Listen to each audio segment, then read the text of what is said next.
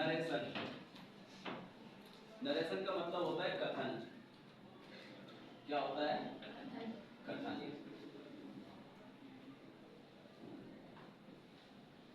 Narration मतलब कथन। Narration को हम स्टेटमेंट भी बोल सकते हैं। क्या बोलते हैं? स्टेटमेंट। नरेशन जो शब्द है वो नरेशन जो शब्द है वो नरेट से बना है। काय से? नरेट। और नरेट मतलब होता है वर्णन करना। नरेट मतलब वर्णन करना, बताना, कहना। जैसे कोई आदमी एक कहानी, किसी स्टोरी को नरेट करता है, नहीं करता? कोई व्यक्ति किसी कहानी को बोलता है, तो ये इसके शाब्दिक अर्थ हो गए। नरेशन का मतलब होता है स्टेटमेंट, या हम स्पीच भी इसको बोल सकते हैं। क्या बोल सकते हैं?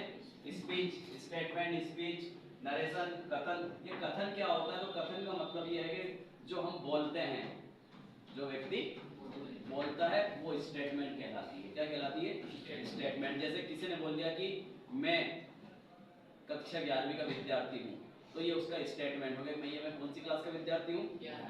11वीं का विद्यार्थी हूँ। ये नरेशन हो गई। अब नरेशन कितने प्रकार की होती है? तो नरेशन दो प्रकार की होती है, डायरेक्ट नरेशन और इनडायरेक्ट नरेशन। डायरेक्ट नरेशन और इनडायरेक्ट नरेशन, यानी प्रत्यक्ष कथन और अप्रत्यक्ष कथन। नरेशन क्या है? तो नरेशन कथन है। कथन मतलब स्टेटमेंट। काय से बना है? तो नरेट शब्द से बना है। नरेट का मतलब होता है कहना या वर्णन करना या बताना, यानी कुछ बोलना। नरेट करना मतलब किसी भी चीज के बारे में कुछ बोलना, वो स्टेटमेंट हो जाएगा। क्या हो जाएगा? वो स्टेटमेंट, वो नरेशन। तो नरेशन जो होती है वो दो प्रकार की होती है, डायरेक्ट नरेशन और इनडायरेक्ट नरेशन।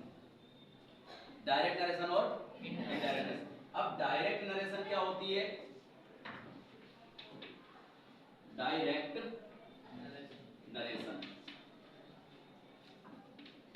और एक होती है आपकी इनडायरेक्ट नरेशन।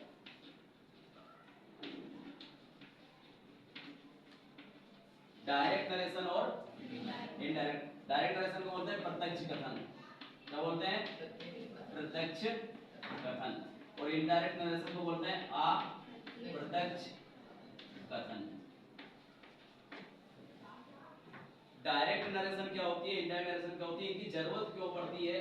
तो इनकी जरूरत किस कंडीशन में पड़ती है? तो जब किसी की कही गई बात, किसी के द्वारा बोली गई बात को किसी के द्वारा कहा गया